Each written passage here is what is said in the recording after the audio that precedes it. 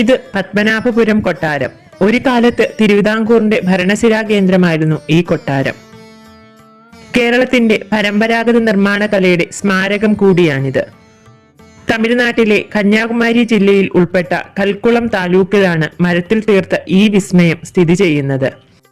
6.5 ഏക്കറിൽ വ്യാപിച്ചു കിടക്കുന്ന ഈ കൊട്ടാരം 15 കെട്ടിടങ്ങളുടെ സമുച്ചയമാണ്.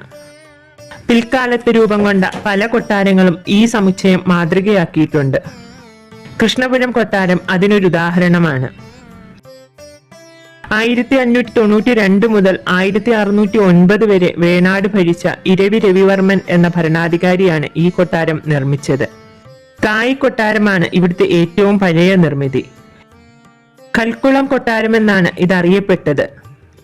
ആധുനിക തിരുവിതാംകൂറിന്റെ സൃഷ്ടാവായ അനിരം തിരുനാൾ മാർത്താണ്ഡവർമ്മയാണ് ഇത് പുതുക്കി പണിത് മനോഹരമാക്കിയത്.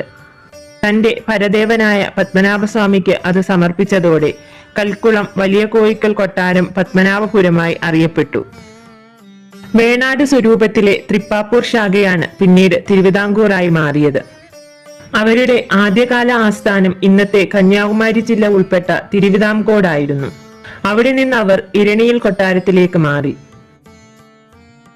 ആ കാലത്ത് നാഞ്ചിനാട്ടിലേക്ക് മധുരനായിക്കന്മാരുടെ ആക്രമണം പതിവായിരുന്നു. കൊയ്ത്തുകാലത്ത് പാടശേഖരങ്ങളിലേക്ക് അവർ കപ്പം പിടിക്കാനിറങ്ങും. അതിനായി ഭൂതപ്പണ്ടിയിലും തിരുപ്പതി സാരത്തും അവർ നിലയുറപ്പിച്ചിരുന്നു. അവരെ പ്രതിരോധിക്കാൻ വേണ്ടിയാണ് കൽക്കുളത്തേക്ക് ആസ്ഥാനം മാറ്റാൻ തീരുമാനിച്ചത്. ഈ പ്രദേശത്തിന്റെ ഭൂമിശാസ്ത്രപരമായ പ്രത്യേകതകളും അതിന് കാരണമായി പറയുന്നു. കിഴക്കുവശത്ത് വേളിമലയും തെക്കുവശത്ത് വെള്ളിയാറും പ്രതിരോധമൊരുക്കുന്നുണ്ട്. പടിഞ്ഞാറും വടക്കും ഓരോ കോട്ട കെട്ടിയാൽ സുരക്ഷിതമാവുമെന്ന് കരുതിയാണ് കൽക്കുളത്തേക്ക് രാജാക്കന്മാർ മാറിയത്. കേരള സർക്കാരിന്റെ ഉടമസ്ഥതയിലും നിയന്ത്രണത്തിലുമാണ് ഈ കൊട്ടാരം ഇപ്പോൾ നിലവിലുള്ളത്.